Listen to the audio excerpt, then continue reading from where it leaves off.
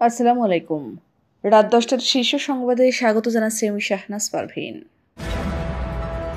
নববর্ষে দেশবাসীর প্রতি সৌহার্দ্য ও ঐক্যের বার্তা সেনাপ্রধানের। জুলাই-আগস্টে গণহত্যা মামলায় অতিরিক্ত পুলিশ সুপার ও নির্বাহী ম্যাজিস্ট্রেট গ্রেফতার। আওয়ামী লীগের মৃত্যু ঢাকায়, দাফন দিল্লিতে সালাউদ্দিন। বেড়ায় সাবেক তথ্য প্রতিমন্ত্রী আবু সাইদ সহ ১৬৪ জনের বিরুদ্ধে মামলা। ২৩ এপ্রিল ভারতীয় দূতাবাস অভিমুখে গণমিছিলের ডাক। সরকারের মূল লক্ষ্য কর্তৃত্ববাদ যেন আর ফিরে না আসে, পররাষ্ট্র উপদেষ্টা। কক্সবাজারের বিএনপি নেতাকে পিটিয়ে হত্যা করল ছাত্রলীগ নেতা।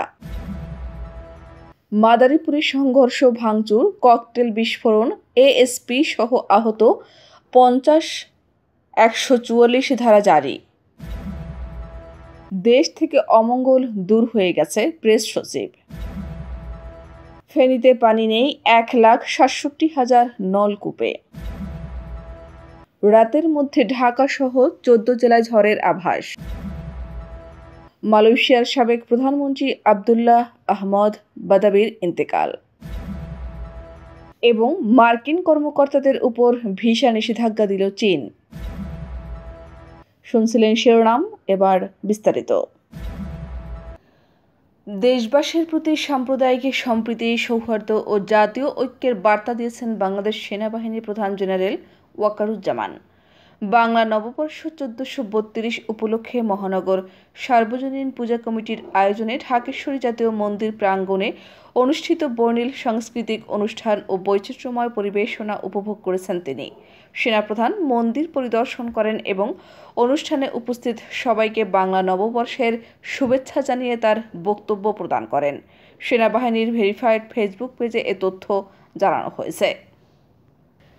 জুলাই-আগস্টে বৈষম্য বিরোধী আন্দোলন চলাকালে গণহত্যা মামলার আসামি অতিরিক্ত পুলিশ সুপার অনির্বাণ চৌধুরী এবং নির্বাহী ম্যাজিস্ট্রেট মোহাম্মদ সাইফুল ইসলামকে গ্রেপ্তার করা হয়েছে। সোমবার বিকালে আন্তর্জাতিক অপরাধ ট্রাইব্যুনালের প্রসিকিউটর গাজী মনোয়ার হোসেন তামিম গণমাধ্যমে পাঠানো এক বার্তায় এ তথ্য নিশ্চিত করেছেন। খুদে বার্তায় বলা হয়েছে, নরসিংদীতে গণহত্যা মামলায় ওয়ারেন্টভুক্ত আসামি অতিরিক্ত পুলিশ সুপার অনির্বাণ চৌধুরী এবং নির্বাহী ম্যাজিস্ট্রেট মোহাম্মদ সাইফুল ইসলাম গ্রেফতার হয়েছেন। গতকাল রোববার দুপুরে রাঙামাটি পুলিশ সুপারের কার্যালয় থেকে অনির্বাণ চৌধুরীকে জিজ্ঞাসাবাদের জন্য হেফাজতে নেওয়া হয়। পরে আজ তাকে গ্রেপ্তার দেখানো হয়। ছাত্র জনতার অভ্যুত্থানে পতিত আওয়ামী লীগ সরকারের মৃত্যু ঢাকায় এবং দাফন ভারতের দিল্লিতে হয়েছে বলে মন্তব্য করেছেন বিএনপির স্থায়ী কমিটির সদস্য সালাউদ্দিন আহমদ। সোমবার ১৪ এপ্রিল বাংলা নববর্ষ উদযাপন উপলক্ষে রাজধানীর রমনার বটমূলে বাংলাদেশ জাতীয়তাবাদী সামাজিক সাংস্কৃতিক সংস্থার জাসাস বৈশাখী সাংস্কৃতিক অনুষ্ঠানে বক্তৃতা করেন তিনি। সালাউদ্দিন বলেন, ছাত্র জনতা সহ সব শ্রেণী পেশার মানুষের অংশগ্রহণে ফ্যাসিস্টের পতন হয়েছে, যা দক্ষিণ এশিয়ায় ইতিহাস হয়ে থাকবে। তিনি বলেন, আওয়ামী লীগের মৃত্যু হয়েছে ঢাকায় আর দাফন হয়েছে দিল্লিতে।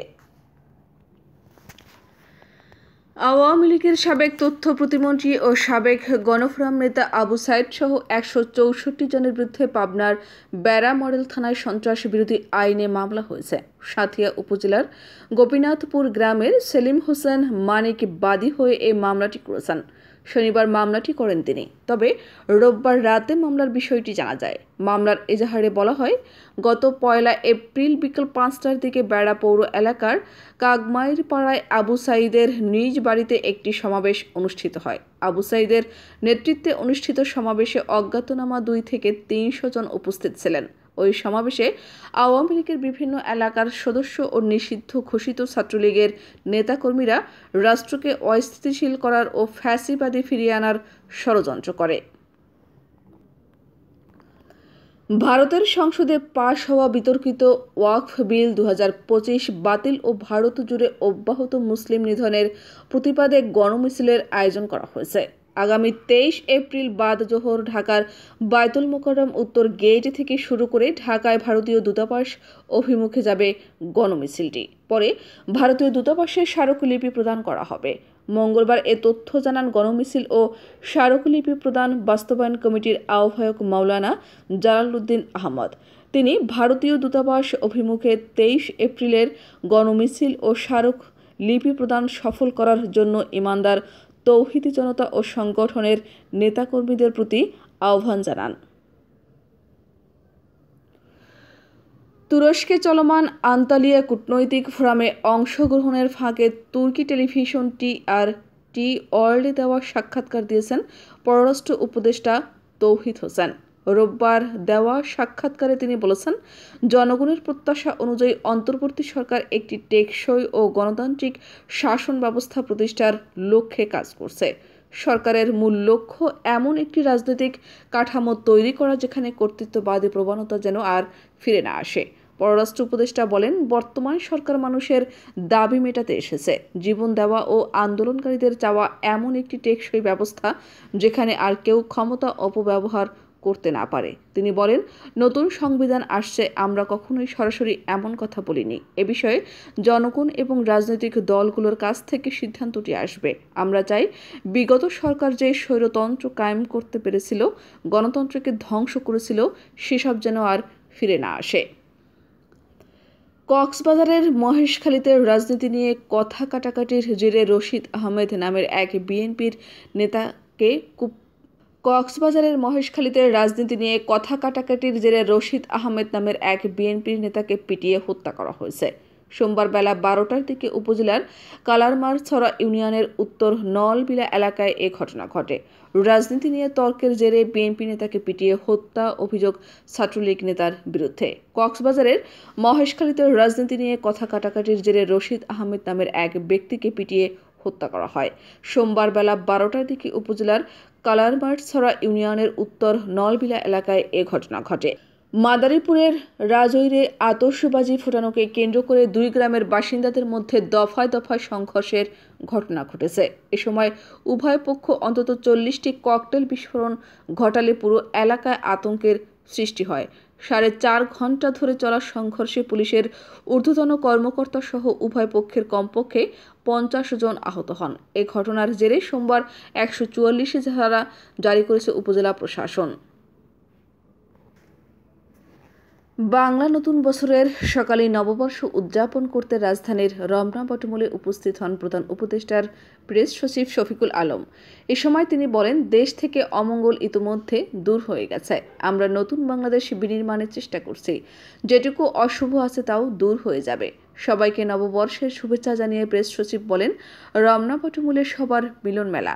আমরা সবাই সকাল থেকেই খুব আনন্দে আছি, একটা নতুন নববর্ষকে বরণ করছে। শফিকুল আলম বলেন, এটা খুবই আনন্দের বিষয় যে সবাই একত্রিত হয়ে সব জাতিগোষ্ঠীর মানুষ একসঙ্গে হয়ে নববর্ষ পালন করছে। আমাদের এবার খুব ইচ্ছা ছিল যে সব জাতিগোষ্ঠী, আমাদের বাংলাদেশে যারা আছেন, পাহাড়ি ভাই বোন বা সমতলের ভাই বোন, সবাই মিলে আমরা এবারের নববর্ষকে বরণ করব। তারা বিজু করেছেন, বৈশু করেছেন, সংগ্রাই করেছেন, আমরা বৈশাখ করছি। একসঙ্গে সবাই মিলে বর্ষবরণ করছি খুবই সুন্দর নির্মল পরিবেশে।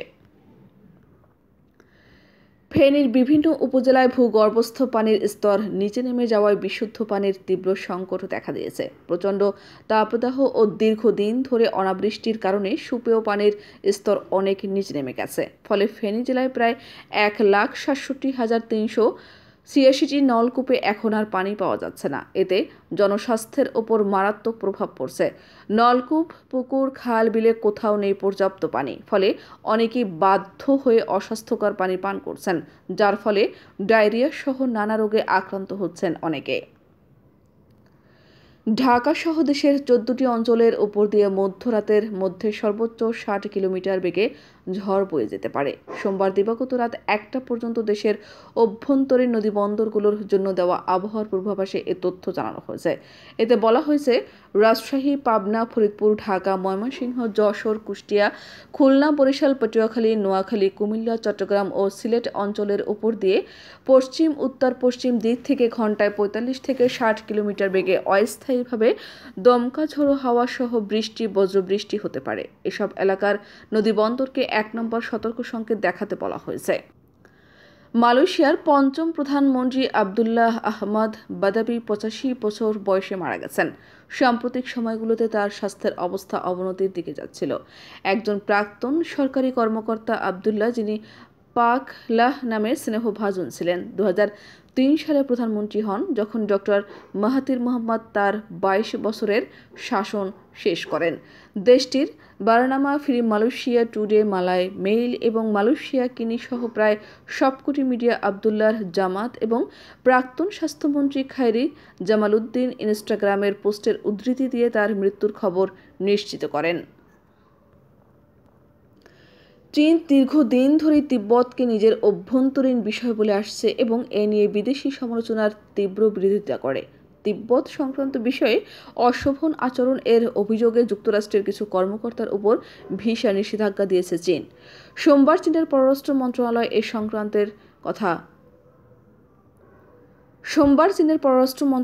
সিদ্ধান্তের কথা জানায়। চীনা পররাষ্ট্র মন্ত্রণালয়ের এক বিবৃতিতে বলা হয়, তিব্বত সংক্রান্ত বিষয়গুলোতে যেসব মার্কিন ব্যক্তি খারাপ আচরণ করেছেন তাদের উপর চীন ভিসা সীমাবদ্ধতা আরোপ করছে। তবে কোনো মার্কিন কর্মকর্তার উপর এই নিষেধাজ্ঞা দেওয়া হয়েছে তা স্পষ্টভাবে জানায়নি বেইজিং।